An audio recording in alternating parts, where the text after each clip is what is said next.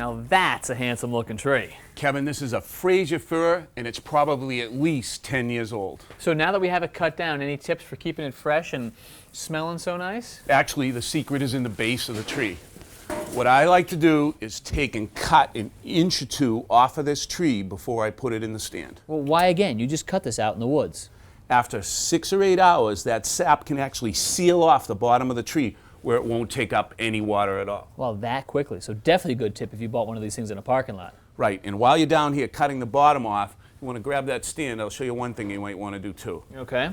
Now, see how deep that stand is? Yep. There's no way that this will go down into the bottom of that stand. It's going to get hung up on these lower branches right here. So while I'm here, I'm going to take off a few of these lower limbs. So you really want that setting down in there? Right. I want the bottom of that tree to be flush down in the bottom of the stand. If it's sitting up off, supported by the branches, it could wiggle around and be unstable. And this is a deep well, so we'll have to take off several of those branches. Right, but the deep well is great because the first 24 hours that tree's in the house, you're probably going to fill this up 2 or 3 times. That's amazing how much water it drinks. What about the wives' tales about adding sugar or aspirin to the water? Do those make sense? Only an actively growing tree needs nutrients. What we have here is a dormant tree.